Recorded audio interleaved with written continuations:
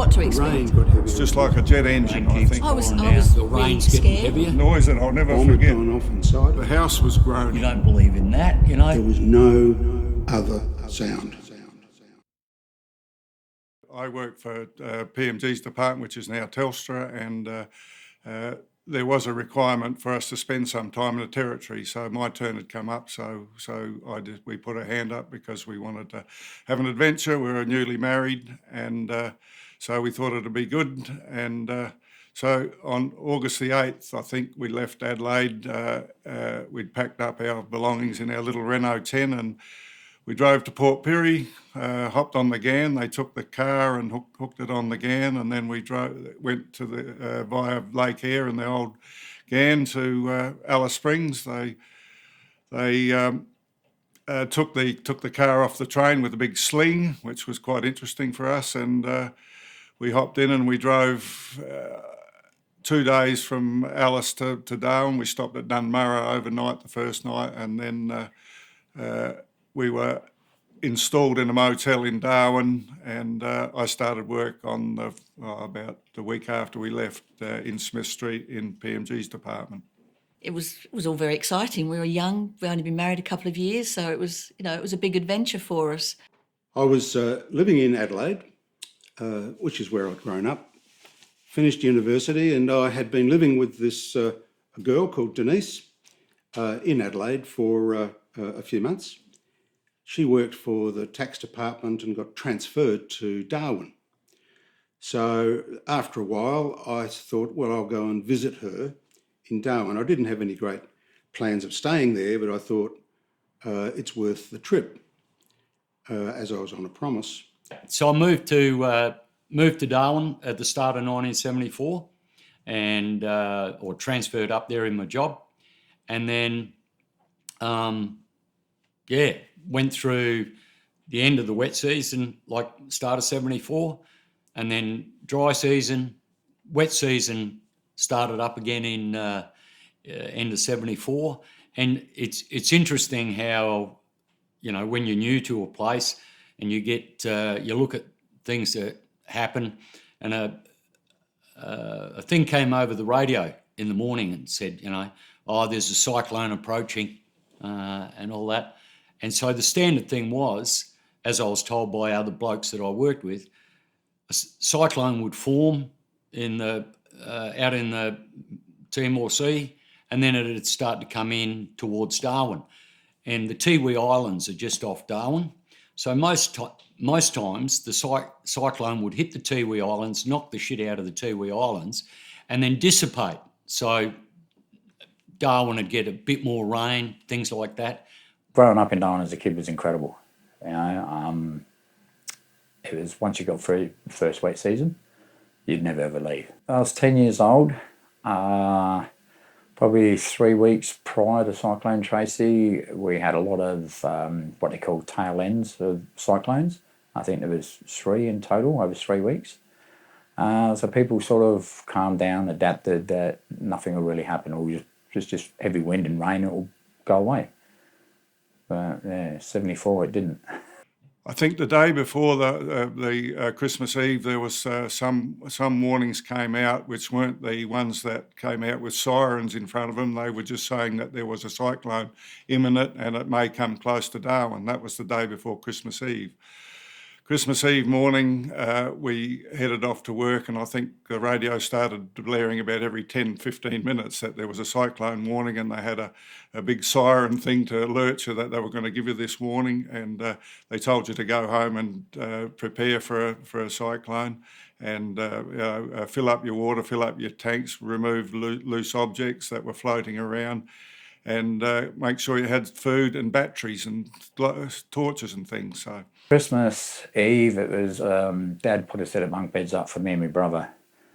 This is the first Christmas we'd spent at home in years. With Dad being with PMG, he got national flights around Australia anywhere free of charge for us to go and see our relatives over Christmas. This one particular year, we all decided to stay home. First time we'd have a massive big white Christmas tree in the house, all the tinsel, all the works and jerks. It was great. Yeah, Dad spent hours putting these bunk beds up. Some of the language you use, yeah. I worked out at the airport at the time as an electrician, but the airport mob that I worked for was Department of Civil Aviation, so we looked after all the airport. And ground staff, radio techs, select techs, air traffic controllers, everything.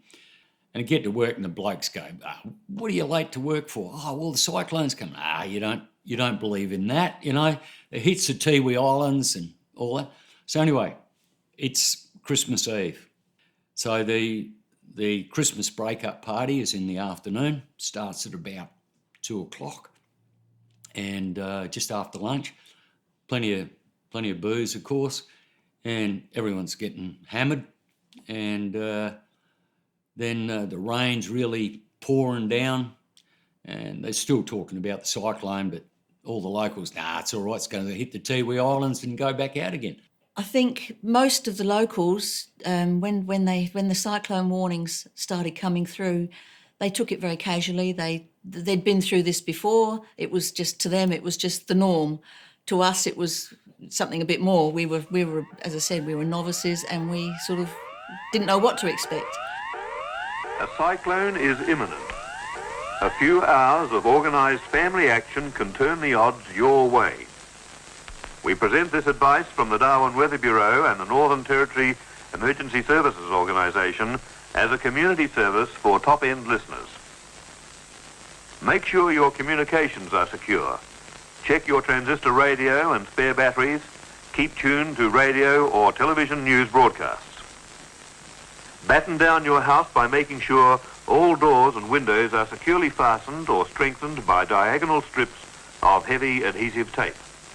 Remove all pictures from walls and all table ornaments. These could be lethal. Anything on your property that could be a wind-borne missile, including rubbish tins, outdoor furniture, dead branches, toys and tools, should be anchored or taken inside. Store drinking water in bathtubs and bottles, and check emergency supplies and tools. When a cyclone comes, remain calm and stay inside. Keep listening to Weather Bureau messages in case the cyclone curves back. I work with a number of old-time Territorians, and they were just blasé. They thought that this is just another one. Cyclone, I think it was Cyclone Amelia, came through and missed Darwin some months earlier, and most of the local people were very complacent. They just thought, oh well, here's another cyclone coming, and it'll just be a bit of a storm, and it'll be gone. I arrived in Darwin at about 4 o'clock Christmas Eve on the 24th of December 1974. Now, that's a significant time and date, which most people would be aware of because of Cyclone Tracy, which came a little later that same day. As it turned out, Denise, which I hadn't known, Denise was actually a Roman Catholic, which I am not. But anyway, she wanted to go into to the cathedral for midnight mass, and we knew that there was a cyclone coming because there were all sorts of warnings on the radio.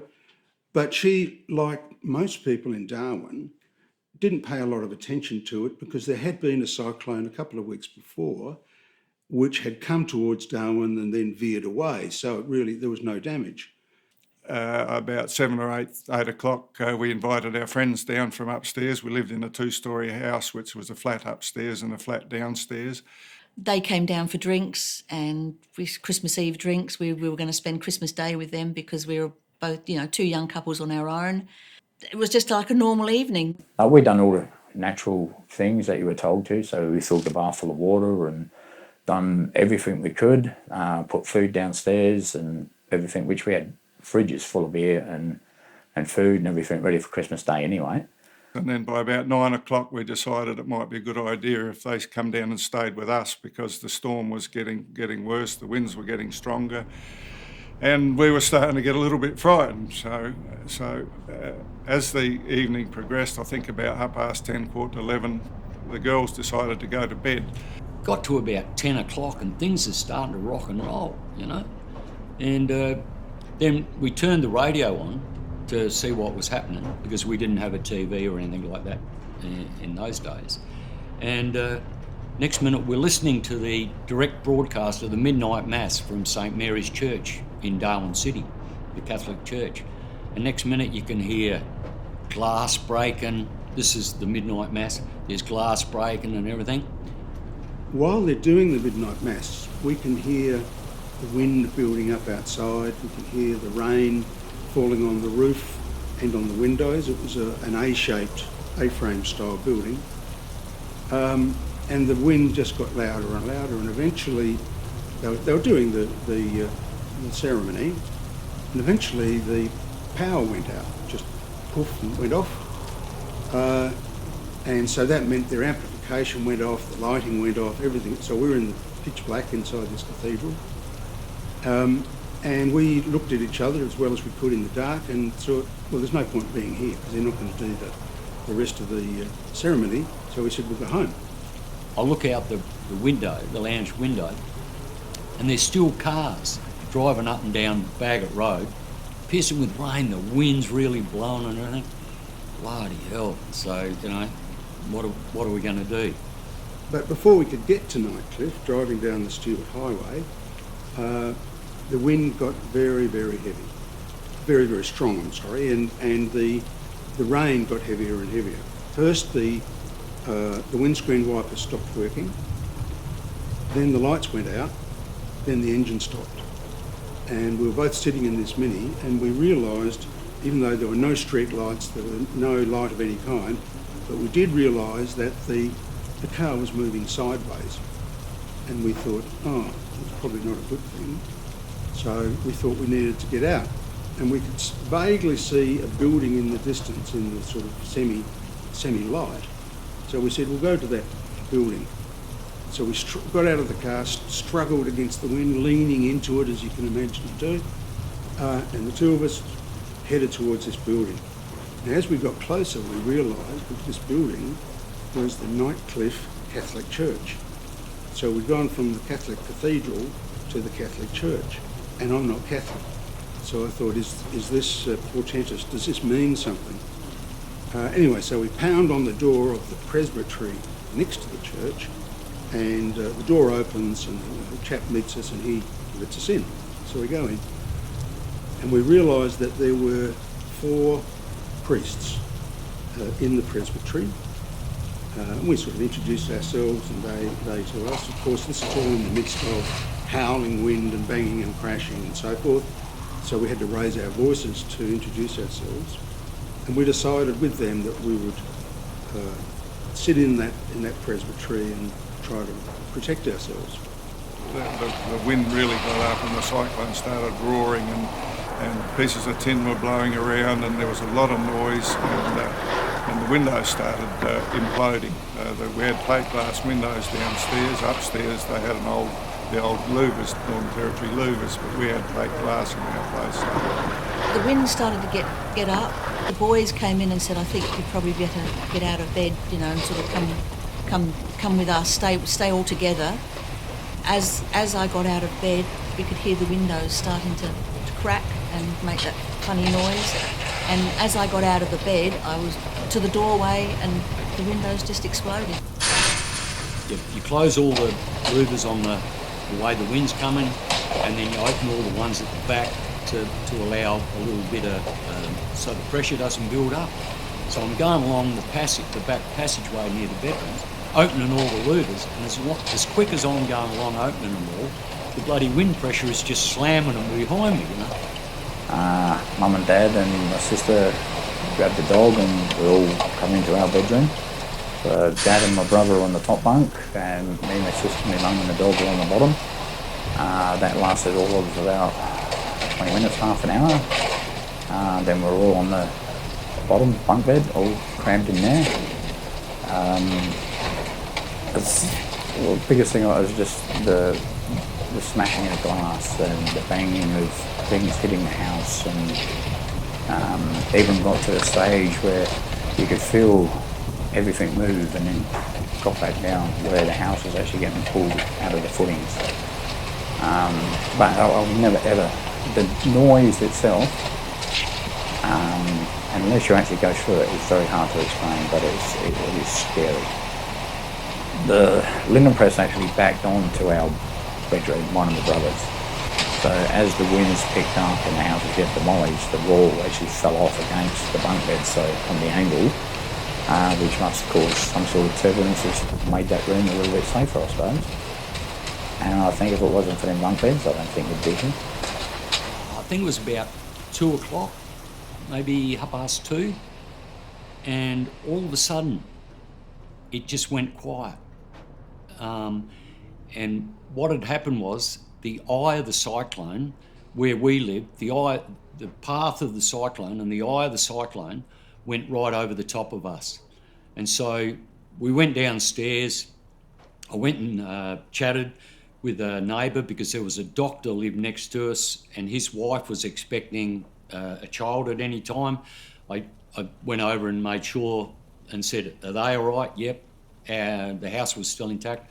Went and saw a guy that worked for Radio Australia that lived next door on the other side and who'd been up there for a lot of years. And I said, "So, what's going on?" He said, I said, "Is that it? Because it's calm, right?" And he said, "No, have a listen." And you could hear the roar. So we're right in the middle. He said, we're in the eye. So you can hear the roar. The eye came through. Well, we only experienced part of the eye. It never went dead calm, but it was much better than it was. And then it started, and the intensity of the cyclone again was, I believe, was worse the second time than it was the first time it came. And it was just almost impossible to hear. It was just a roar and interdispersed again with lots of other banging noises. We developed this plan because we'll wait for the eye of the cyclone, and the idea was that we would dash from the presbytery into the church, which was a more solid building. The presbytery was made out of masonry blocks, but the church was made out of bricks. So we waited for the eye of the storm. The eye of the storm came, and suddenly there was no wind of any kind. And we knew that as the cyclone would pass, then the wind would start up again, but from the opposite direction. So anyway, the wind stopped, so we charged into the church, and we had previously agreed that we would hide in the strongest part of the building, which was the toilet. And sure enough, after a few minutes, the wind started up again from the other direction. Once again, the breaking glass, the crashing metal, all this cacophony of sound. And there we are in the toilet. And we noticed that there was a bit of water in the bottom on the floor of the toilet. And so we noticed that the water level was rising. So it got up to about the sort of mid-calf length.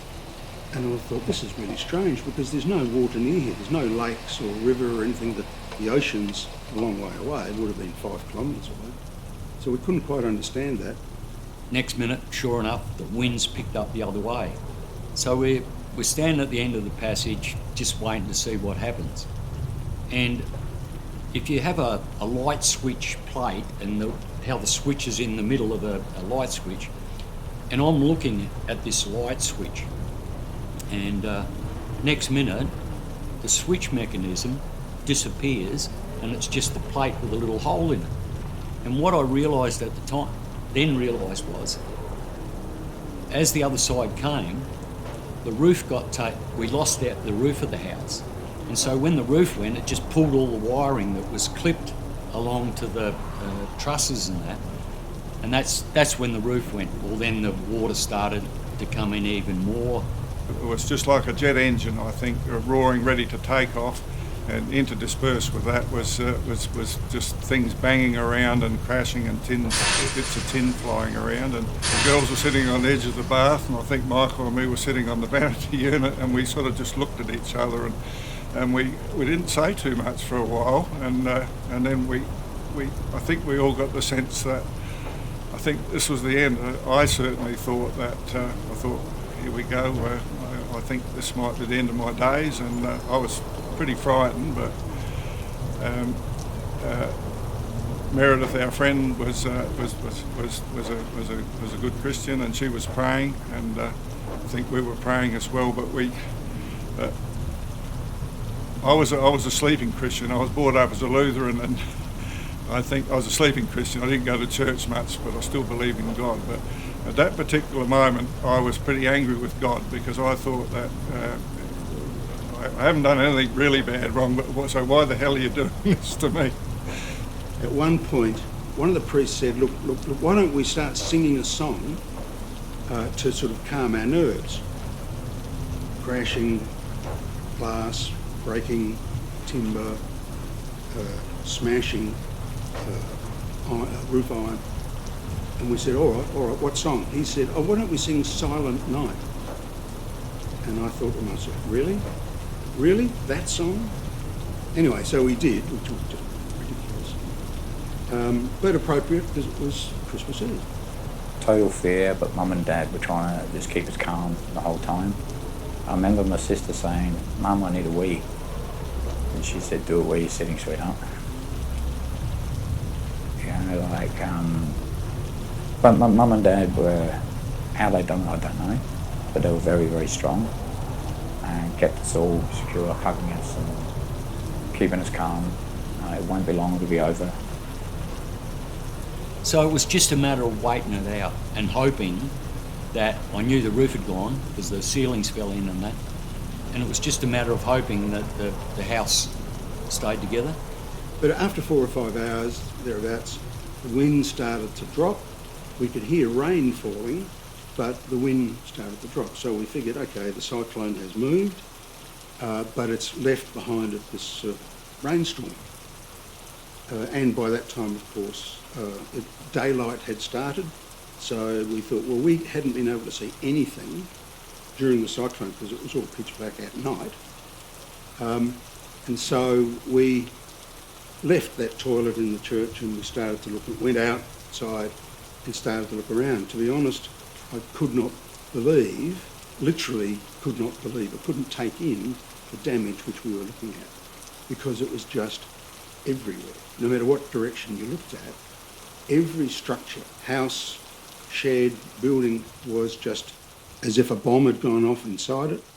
There was debris, really heavy loads of debris all over the ground. Trees were bare, and the strange thing was, and this might sound a bit peculiar, there was no other sound. We opened the door and it was unbelievable. It's just devastation. You would not have known it was the same place. There was nothing. There was just rubbish and crap everywhere. It was, you know, tin wrapped around like the building and trees sticking through, you know, car windows downstairs, and it was. I suppose you could say it was like a bomb had gone off. The only injuries we had were cuts in our feet from glass because none of us had shoes in our bedrooms. You know, they were always put on the front doorstep when you walked in. All of their windows were smashed in and the contents of the buildings were pretty much devastated. In her flat, which was on the first floor, there was a Ford Fairlane, which is quite a large car, stuck in the window with the front of the car in the lounge room. And I thought, well, that's not something you see every day. It was funny because everywhere you drove, you could see a perfectly good house, and it's standing there by itself. Everything around it is gone. We heard, for example, that the airport had been devastated. There were a number of aircraft at the airport because that airport was both a public transport airport, but it was also the base for the Air Force. And we heard that there were a number of aircraft that had been destroyed, flipped over onto their top, none of them flying, but even then the runway was completely blocked with debris. We heard that the hospital was operational but only in a very limited way. There was no power anywhere. I don't know if they had power at the hospital. I would guess that they probably didn't. But they could deal with people with more serious injuries. I was a first aider and Denise was a first aider, so we did our little minor treatments as best we were able to. We heard that Nightcliff high school was the sort of the emergency sort of spot to go to. So we all went down there. We had to register where we were from and who we were and all the rest of it. And then we went back to the house. We got some food that we could find that hadn't been spoiled, because obviously all our power was off. The food, a lot of it was in the freezer. We got blankets and enough to sort of keep us going. So we went back there, and we stayed in the high school for 2 nights. The RSL Hall actually, interestingly, was still standing, relatively undamaged. But somebody there had managed to get together a supply of water, and they were starting to record people's names, which was curious because there was no forms, there was no administration of any kind, but somebody thought it's a good idea to write down names, which is probably quite a sensible thing to do. The next day, Michael and I went into the city. We drove into the city, and he went to the post office, and I went to the exchange, and we started to put together a temporary telegraph office so that we could send telegrams out. We did that in the power room of the telephone exchange. We slept that next night back at Nightcliff, and the girls were still there. And then the next day we both went back to work because we had work to do. And during that time, both the girls were evacuated to the airport. We were told that to get on the bus, and we were taken out to the airport and just line up and wait.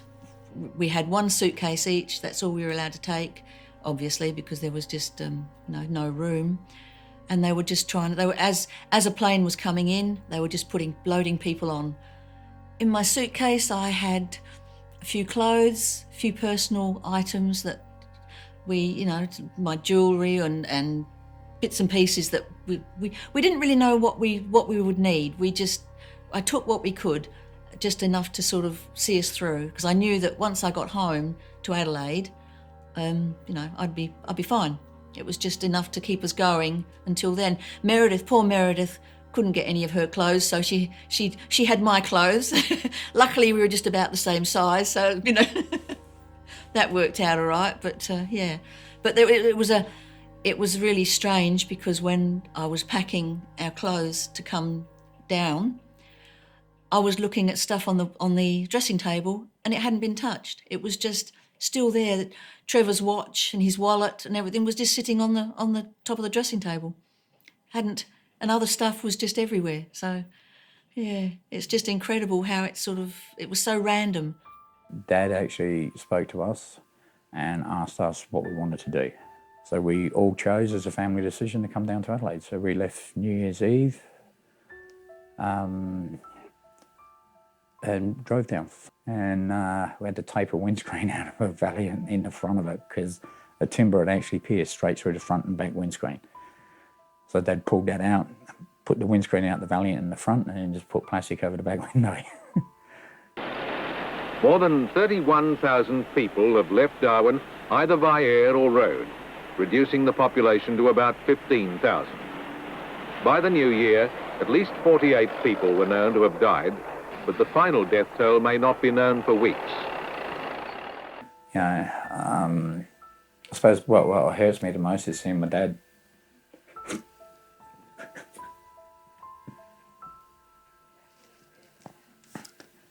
literally just break down once we got to Adelaide. It was like he was home with his family, with his mum and dad, and just to see him lose everything, it's heartbreaking.